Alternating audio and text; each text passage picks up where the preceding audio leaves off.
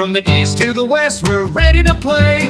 Pickleball passion every single day. Serving up stories, tips, and more. Join us on the journey from shore to shore. It's Pickleball Coast to Coast. All right, so welcome back everyone to Pickleball Coast to Coast.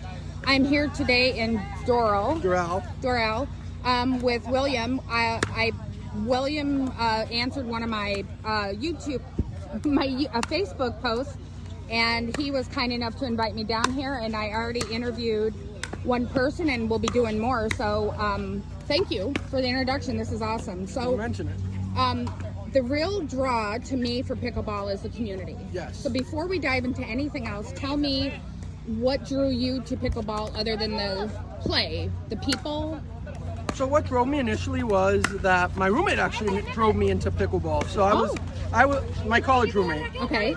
I was a table tennis player, so I played collegiately for the NCTTA. Shout out Willie Leparulo. Shout out the University of Florida. Shout out to all those teams that play, the 155 teams that play from the NCAA Division I programs, but it's a club. So it's all NCAA teams have a team from NYU all the way down to even Puerto Rico. I think University of Illinois does too, U of I.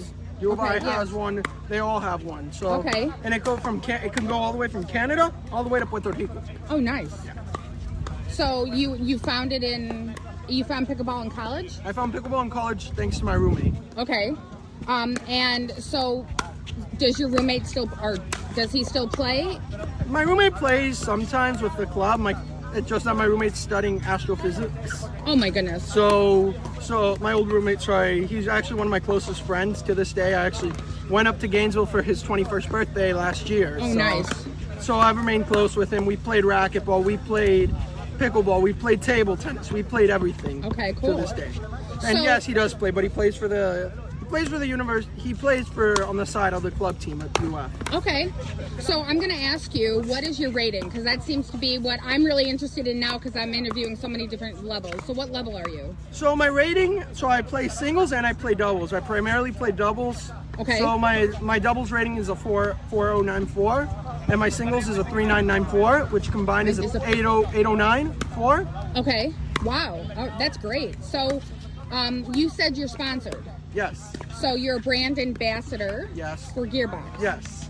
So what does that mean? You get gear? So right now the Gearbox sponsorships work on unfortunately it's every pickleball, like you see it in Selkirk. Some brands offer it to their players a certain way. Gearbox has a system that it's based on promotion. So right now you pay but you get a 35% off discount. Oh yeah. So it's membership sort of, but at the same time it's a package, and then you work your way up to sponsorship. So eventually you'll be from brand ambassador. They can sponsor you in tournaments. Yes. So actually, Gearbox is actually possibly sponsoring the next Doral tournament at Doral Glades Park, where we're going to be having 6 new pickleball courts. I know. So, and that's the Glades National Park. No, that's Doral Glades Park. Oh, Doral. Okay, Glades. Yeah. That's what I meant. Yeah. So, and that's not open yet. That opens next week? That opens next week, yes. Okay. And what kind of input did you have, and did you help get that started? So, no. Because you work here. Yes, I work here at the parks. I work here at this park, but I work for the city. Oh, okay. So that the city opened those courts. Yeah, so it was the initiative of Councilwoman Maureen Porras. Oh. So, and the Miami-Dade Pickleball Ambassador, Lily Azell. God bless Lily. She's awesome. God bless the pickleball queen of Miami. Yes. I actually have a podcast, and Lily was one of my first guests on my podcast. Oh yeah, I have one too. Yeah, I have 3. Mm-hmm. So that's nice. So what is your shout out? So give us a shout out to your podcast. So my podcast is called The Ernie with Liam Hoyo. So I'm a sports journalist, and I want to be the next Michelle McMahon, the next Dave Fleming, the next Matt Manassi, the next etc. I want to be the next pickleball commentator. I don't know where I'm going to start, but I feel like I can start where I am and work my way up. Yep. I know the Share Bear. I know Danny Waterfall. I know a lot of people in pickleball. So that's awesome. I went to the U.S. Open. I know Kyle Yates. Oh wow. So I know a few people. That's awesome. I'm actually in contact with the Share Bear. I actually talked to him a lot. Really? He's supposed to come on my podcast, as a matter of fact. Oh my gosh, that's awesome. Well, congratulations. That's pretty cool. So tell me, Why do you keep playing pickleball? Why is this such a big impact in your life? So I keep playing pickleball because of the health of the elements of it. Like coming from table tennis, I felt table tennis was big and etc. Like I feel like it's, people say, oh, pickleball, oh, it's a game for old people. It's a game for old people. Exactly. That's what I thought.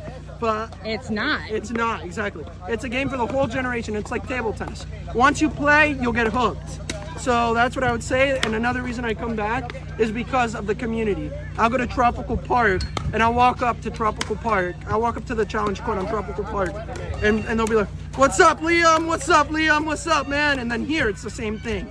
Or they like to joke with me and they like to say, duper, duper, duper. Like, that's they awesome. like to joke with me about that. So like it's a camaraderie. Yes, it's exactly. It's more than a community. Exactly. It's more than a community. It's a family at the end of the day. Exactly. You're the second person to say that to me today.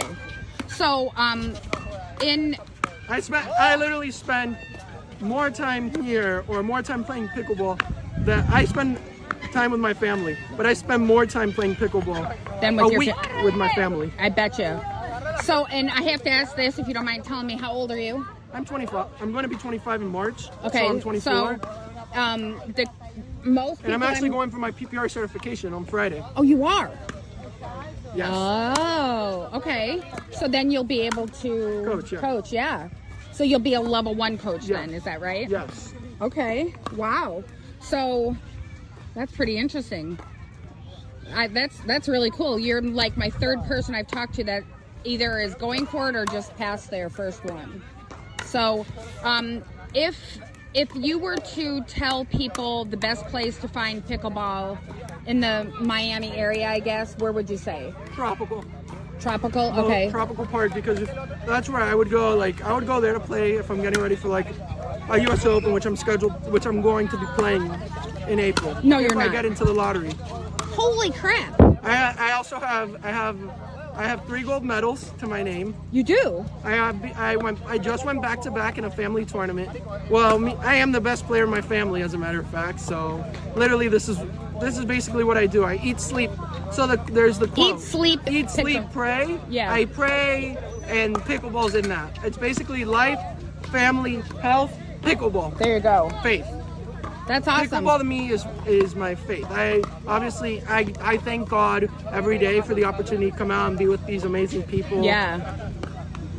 Okay, so if there was one golden nugget about pickleball play, let's say, what would you say to people who are just starting out, or even maybe even pros who don't know? Well, not pros, but people playing. Is there some? I heard you say something about, can you tell us again, you were telling that guy a little bit ago about holding the paddle closer to, you remember what I mean? Yes, I do actually. So in my PPR certification, in one of the videos, they're saying, as someone that has come from a racket sport, I could say this, because in table tennis, I would go for lob balls and it would be the same thing, it would fall off the racket. Right. So one of the things they taught me is that when you hit the racket right here, the ball will fly. Okay. If you put it right here, it's going to be fine. But they say don't put it up here because you run the risk of hitting yourself while also losing consciousness. Another one would be racket like that. Yeah. If you go for a dink, go like that. Don't go like that, because if you go like that, your bullseye is open, and your bullseye is your sternum. I see. I didn't know that. Okay. Very good.